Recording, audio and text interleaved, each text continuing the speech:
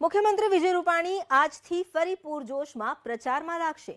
કોરોનાને વાત આપ્યા બાદ મુખ્યમંત્રી રૂપાણી હવે આજથી ચૂંટણી પ્રચારમાં ઉતરશે। હોમટાઉન રાજકોટમાં મુખ્યમંત્રી વિજય રૂપાણીની જાહેર સભાનું આયોજન કરવામાં આવ્યું છે। જિલ્લા, તાલુકા અને નગરપાલિકાની ચૂંટણી માટે મુખ્યમંત્રી કરશે પ્રચાર। સીએમ રૂપાણી રાજકોટમાં સભા સંબોધશે।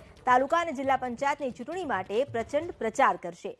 કોરોનાગ્રસ્ત હોવાને કારણે સીએમ અમદાવાદની યુએન હોસ્પિટલમાં એડમિટ હતા। કોરોના મુક્ત થયા બાદ હવે તેઓ પૂરજોશમાં પ્રચારમાં જોડાશે।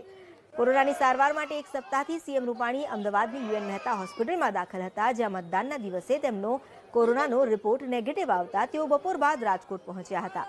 તેમણે રાજ્ય ચૂંટણી આયોગની ગાઈડલાઈન અને માર્ગદર્શિકાના પાલન સાથે છેલ્લી ઘડીઓમાં મતદાન કર્યું હતું।